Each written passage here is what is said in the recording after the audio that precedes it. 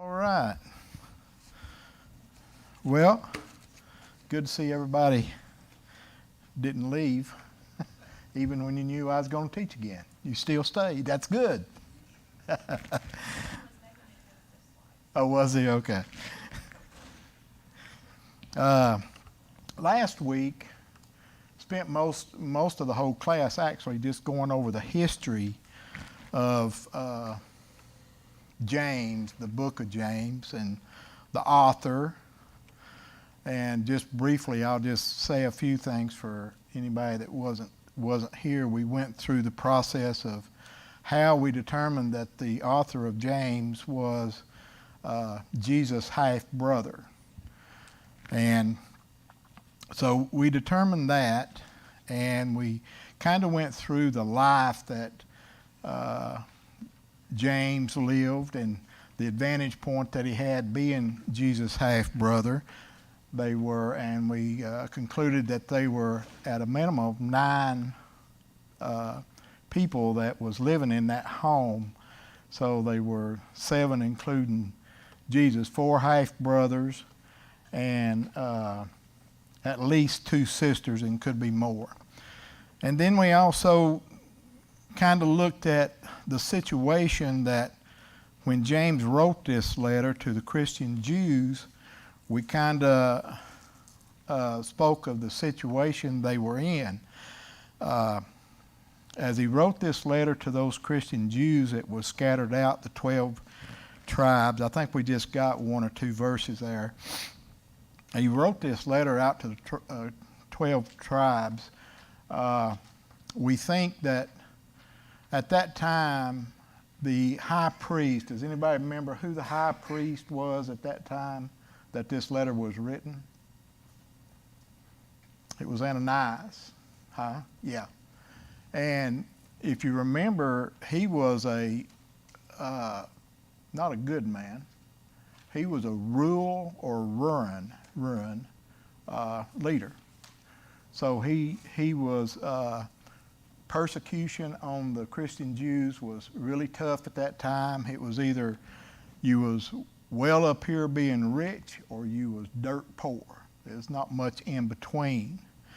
And the Roman governor, does anyone remember who the Roman governor was that was on the throne at that time?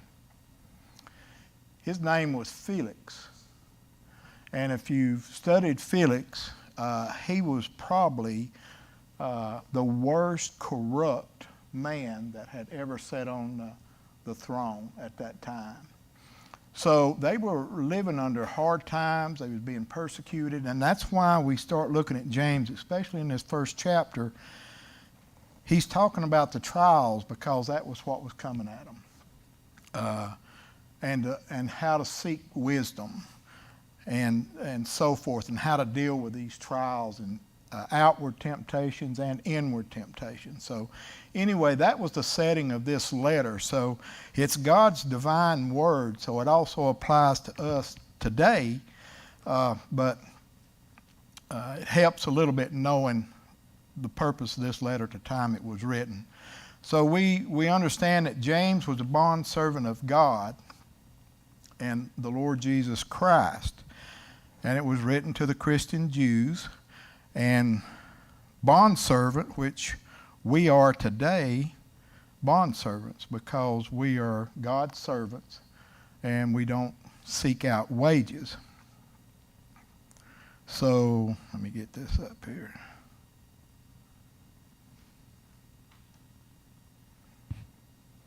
So we're going to start with trials, joy of trials.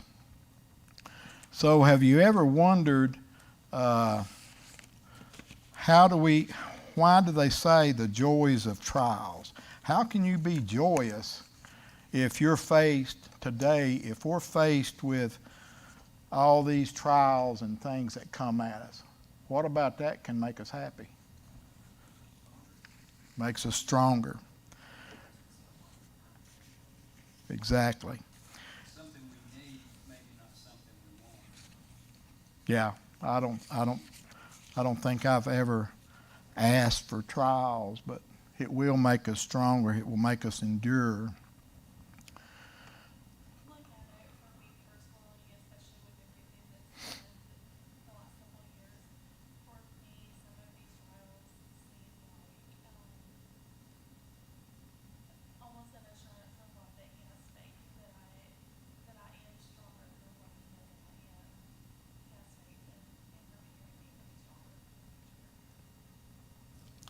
Yeah, it definitely, and it does. It makes you stronger. It's just like anything.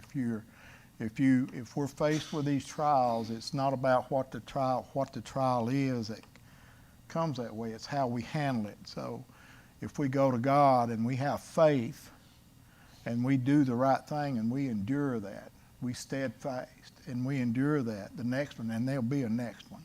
It's going to come, it's every time. It's there. We still face trials every day of our life, both in Christian or personal.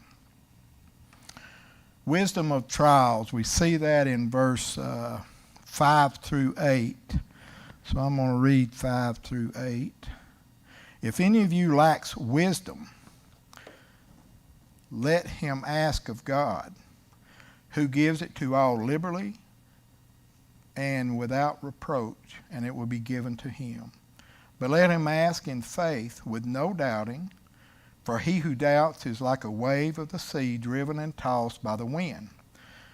For let not that man suppose that he will receive anything from the Lord. He is a double-minded man, unstable in all his ways. So, the source of true wisdom comes from who? Comes from God. And God promised us that wisdom. If I don't know if you guys have heard this or not, but there's this church that was in a drought in their area. Hadn't rained for a long time, a serious drought. So they all got together and said, okay, let's meet at the church tomorrow and we're going to pray for rain. So they all showed up and they prayed for rain. Trouble was, nobody brought an umbrella.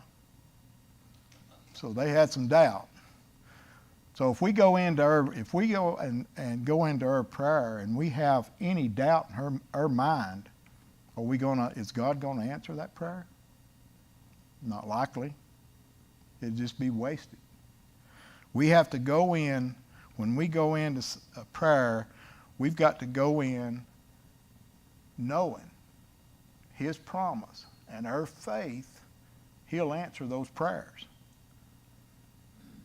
There was a local church in Monroe, actually, and somebody had posted it on Facebook, and I took a screenshot of it so I could remember it. And it just really hit home. But the sign said, God said, I heard your prayers, now trust my timing. And when I read it, I was like, wow, that's a gut check. Because we say that we pray for things, but we want them now. And if we have enough faith in God to pray for them, we do need to have faith in his timing. Yeah. Because without faith, yes, Mark. Most of the time when we pray for something, God answers us, but most of the time it ain't like we thought he was going to answer it, how he was going to answer it. He answers us. Next thing you know, you're looking around, it's like, oh, he answered my prayer, but it wasn't the way I expected he was going to answer it. Exactly. You know? Yeah. Yeah, It works out. it don't always get answered the way we expect it to be answered or the way that we want it to be answered. Jerry, and if we live long enough, we will be able to look back and see the times when we prayed for something that really wasn't to our good, that we didn't get, and then eventually we got it. Right. Right. He knows what's best for us more than what we know. And sometimes we don't recognize it when he does answer the prayers until, like you say, until later on in life. Yes, Gary?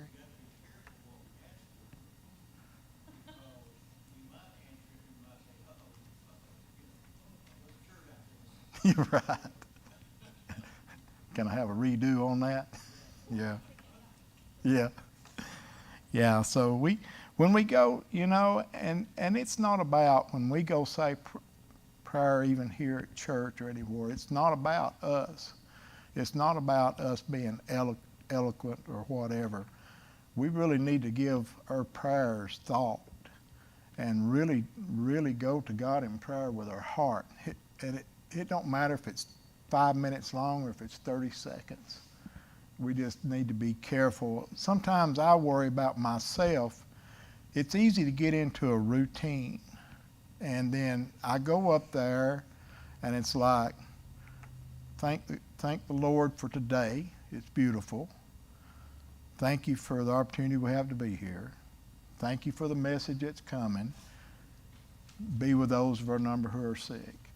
And it just, you know, you get into a routine, and I worry myself, and I'm talking about myself, but I worry about going up there and spitting them words out and not having no meaning behind it in my mind, either because I may be a little nervous or whatever, but I've just said a prayer that I really never put a whole lot of thought in, and that concerns me.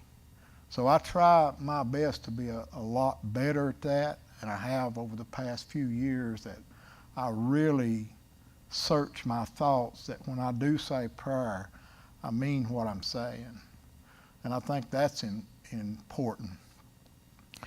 But sometimes we do get into a routine, a normal type worship service, that we go through the motions, and that's something we don't want to ever get involved in. So asking for wisdom, we got to go to God. We got to have faith with no doubting. What is the results if we doubt? I think we covered that. If we have doubt in our prayer, it's nothing. We just wasted our time. Yes, Steve. I think too, to ask for wisdom is important, because a lot of times we ask for stuff and want God to do it. And what we should be doing is asking for the wisdom for us to solve the issue or to take care of it. Take care of the problem or whatever. I agree with you. The answer to the wisdom is in the Word. Right. Find it and solve the issue. Right. And if we can just start out by doing one and getting it right, the next one's going to be easier. And you know, when we ask for wisdom and knowledge, I think has kind of contrasted with each other over time. Knowledge, and all of us want wisdom and knowledge, you know, but knowledge is usually in search of facts, primarily in search of facts. But wisdom is primarily in how you handle those facts, the application of those facts. So, and that's what we got to have more than, I mean, knowledge is good, but wisdom is we got to have the ability to handle these trials that come at us, these tests, and how to deal with those facts in the correct way. Yes. It's just kind of a funny example where somebody said it's knowledge to know that tomato's not a vegetable, it's a fruit. Right. But it's wisdom to not put it in a fruit salad. There you go. That's very good. Very good analogy. I like that. I used to, on more than once a day, I find myself maybe informally praying for wisdom, where in direction, and I used to say, in my head, in my prayer, that, I ask for God's direction. Well, His direction is right here. That's right. But the wisdom in the way that, perhaps it's being used here as well, is what I need to know how to proceed with something. But the wisdom is something that I need to work on. Well, we all do. And that kind of wisdom, and as far as direction, wisdom, not necessarily the knowledge, not knowledge, but wisdom.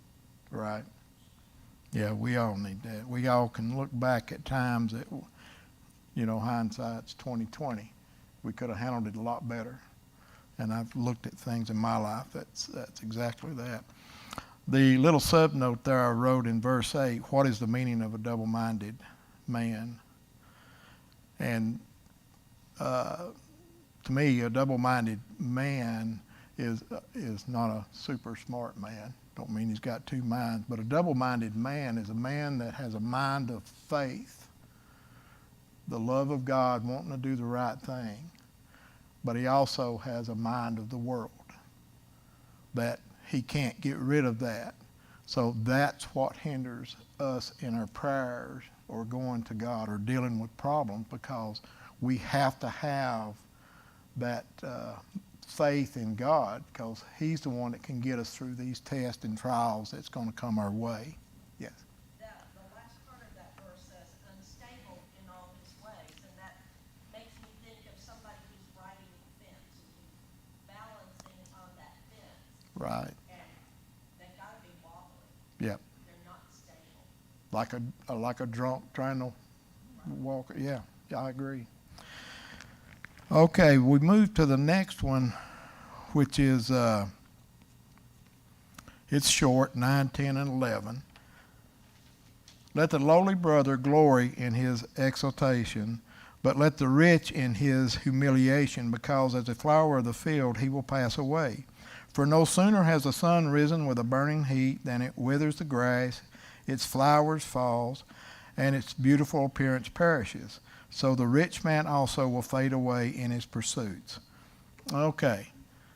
So who among us is rich and who among us is poor is a question. If we're trying to determine who the rich man is, if I'm comparing myself to a guy that's living in a cardboard box over here in the woods and can't get a job or whatever, I'm a rich man to him. And I would fall under this rich man verse. Yes, Gary. We're all rich. We have all one thing in common. We have the Bible. And it's the most precious thing we have. As more than money in the world. Right, Because that has the plan of salvation for us. right, The Bible, we're rich. right. I agree. And so then if I'm looking at the governor of Georgia, I would be a poor man. Governor of Georgia is bound to make a whole lot more than me. So you kind of determine who's the rich and who's the poor. Now, to me, from what I've researched these 3 verses out, was like the Bible is pretty much known as the great equalizer. Because what God will do, and you look in the Bible, what he will do is he'll bring that rich man from his elevated state down to humility, down to humble. And it will take that poor man in his poor situation, his humble estate, and will elevate him.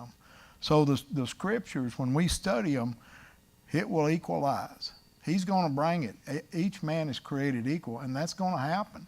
So I think it's with all of us. If we consider ourselves the rich person over this poor person that's living in the woods over here, it's how we're going to use our riches. You know, it's not one thing to stand here and say, boy, I hate that. I hope somebody's helping him. That's not doing nothing. Wasted our breath. That's faith without works. So it's a matter of how we use our riches, because we sure don't want to be like the verse where we fade away and the flowers fall off. We don't want to be that person, but we can be if we are too greedy or we don't want to do what God wants us to do. You know, I think there's verses coming up where the lady comes in and she's without food and without shelter. And the guy says, stay warm, bless you, go live comfortable. And she leaves. What good was that? He done nothing to try to fix the situation. I want to point out in Revelation, the church of Laodicea, the Lord tells John, right, for I say to you, or you say, I am rich, I have prospered, I have need of nothing, not realizing that you are wretched, pitiable, poor, blind, and naked. I counsel you to buy of me gold refined in fire, so that you may be rich, and white garments, so that you may clothe yourself, the shame of your nakedness be not seen. And we know symbolically what being robed in white means. Right. Purity. But he calls them, you think you're wealthy and you're naked. Right. Standing before me. Yeah. True wealth is in the spirit. Yep. You're right. Be wealthy of the Spirit of God. In Matthew 6, we can't serve God and riches. We'll either serve God or we'll serve Exactly. So we can be the rich man or the poor man, either one, but exactly like y'all said, it's our riches is going to be what God's given us in the Bible. Rewards for those who endure trials. That's one verse. The crown of life promised to those who love him. So it's not going to, us having to deal with these trials and handle them is not in vain. God's promise is going to take care of us like he does in all. And I'm out of time, but I'm sorry. But let's get one more here. Right view of trials and temptations. That is 13 through 16.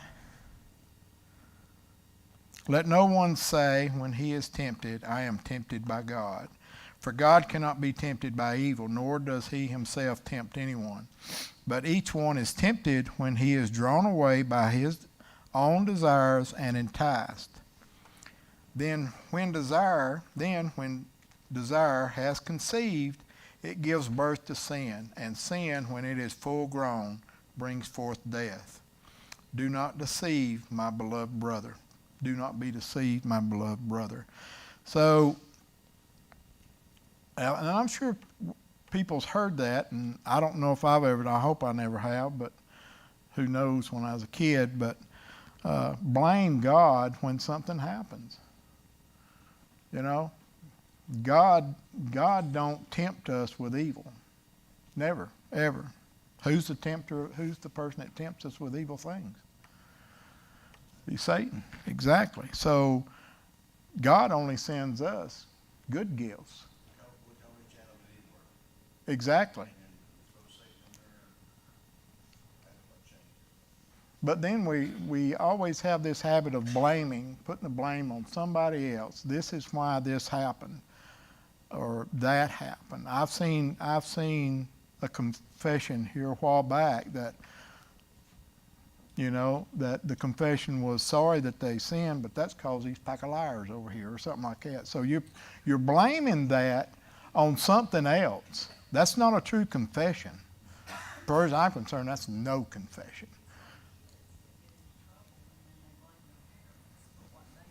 Oh, yeah. Well, let's look. Somebody, if they would, get Genesis 3, verse 12 and read that, if somebody could. The man said, the woman whom you have gave to me, she gave me fruit of the tree, and I ate it. That's right. So, that's exactly right. So it's like, thank you, Adam. You started blaming the woman right off, and we've done it ever since, right? No, that's right. There you go. Well, what, you know, like you said, Adam and Eve were so rich, they were so blessed, they had it all. Right. But who came in and tried to tell them, oh, you're missing this, you're missing that. Oh, you're so oppressed. Right. No, they were rich, but Satan can come in and try to get you to fall for that, oh, you need this, you need that, oh, you're so Consumed. He's good. He's good. And you know the thing about it too, I always looked at Satan, you know, in my younger days, I looked at Satan as a long tail and two horns. But then when I got to be a teenager, I finally figured it out when I got past my teenage years. Satan can look like a woman, a beautiful woman, and tempt you. And I mean, he can look at a shiny speedboat maybe that you want, but you know, you might should. It also says he can turn himself into ministers of light. That's true. Exactly. They can deceive, great deceiver. Yep. Be in lots of Yep. great power. And that's how he gets people. The power of the enemy. Yeah. It's not going to be, you know, this scary, ugly person. It's going to be something that's enticing. And then our problem is our desires. That's exactly right. Yep, That removes you from what we're supposed to be looking at. you're exactly right. Sheep are dumb, but they'll usually run from something that looks like a wolf, but if that wolf looks a little bit like a sheep, they'll just stand there until it comes up and eats them. I know, yeah, yeah. So we have to be very careful what we look at and what comes our way in life, especially younger people. I know it was with me because your mind isn't as sharp or whatever, or life lessons hadn't come your way at that time, so they make troublesome mistakes. I think marriage now is a tough one for kids. I mean, it's as bad. I think sometimes these kids, they jump into getting married, and then next thing you know, it's a divorce, and then life goes by. Then they're in a bad situation, you know. And I know teaching a teenage class, I teach that quite a bit. Talk about marriage, divorce, and remarriage, those subjects, because our kids needs to know what they're going to face, what's coming their way, and how to deal with it. So yeah. All right. Well, it's nearly 10 after 12. I better end it right now. I'll get started quicker next time.